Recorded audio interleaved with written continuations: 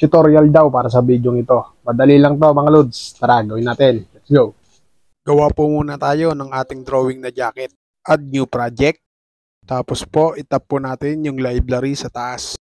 Pinili ko po dyan ay black screen. Kapag na-add na po natin, focus po tayo sa baba. Piliin po natin sa baba yung aspect ratio. Then, piliin po natin yung 9:16. Kapag goods na po tayo dyan, punta naman po tayo sa text. Tapos po, piliin po natin dyan yung draw. Tapos po, pipili po tayo dyan para makapag-drawing na po tayo ng jacket. Bago po tayo mag-umpisa ng pagdodrawing, i-play lang po muna natin yung ating screen record. Opo, i-screen record po natin yan para ma-record po natin at ma-save yung ating pagdodrawing. Tandaan mga lods, sa may part na baba lang po ako nag-drawing dyan. Mamaya po malalaman nyo kung bakit dyan lang po ako sa baba nag-drawing. Halimbawa pag goods na at nag-screen record na po yan, magse-save na po yan sa ating gallery. Tapos po, gawa naman po tayo ng video natin. Kayo na bahala mga lods kung anong klaseng eksena ang gusto nyo o gagayahin niyo ang ginagawa ko.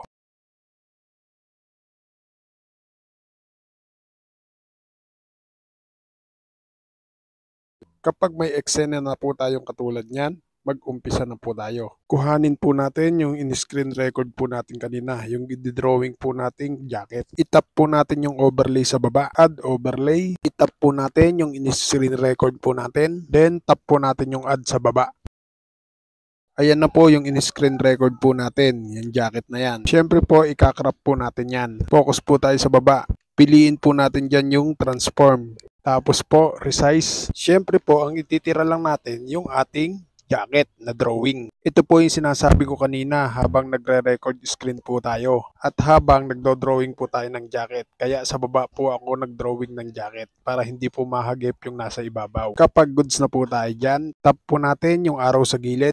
Tapos po, piliin po natin yung splice. Then, filter ang piliin po natin dyan. Then, itap po natin yung check. Then, itatapat na po natin yan dun sa kamay na ako. Ngayon po, pag pinlay po natin yan, hindi po sasabay sa kamay ko yan. Ita-timing po natin yan gamit ang speed. Dapat po sabay yung gumuguhit sa paggalaw ng ating kamay. Then, stay lang po tayo dyan. Tap po natin yung ating effect para ma-highlights. Tapos po, piliin po natin yung split.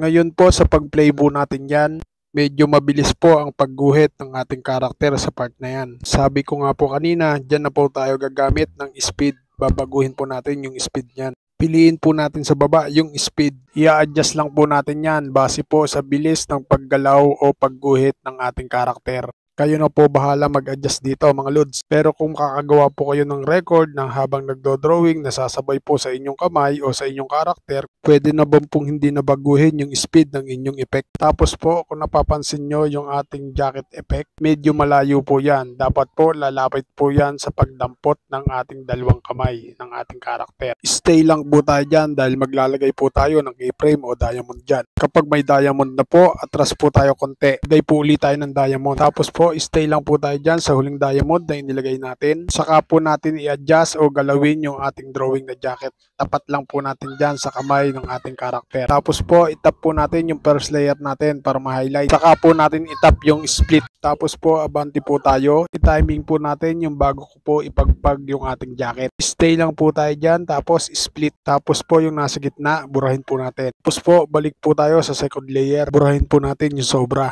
Then, abante po tayo. I-timing po natin yung kunwaring isusuot ko na yung ating jacket. Stay lang po ulit tayo dyan. Tapos, split. Tapos, abante po ulit. I-timing po naman natin yung mismong suot ko na po yung ating jacket. Siyempre po, dapat may acting pa rin po tayong kunwaring hawak po natin yung ating jacket. Stay lang po tayo dyan. Tapos, split po ulit. Then, yung nasa gitna pong yan, burahin po natin. Then, i-play po natin pag goods na.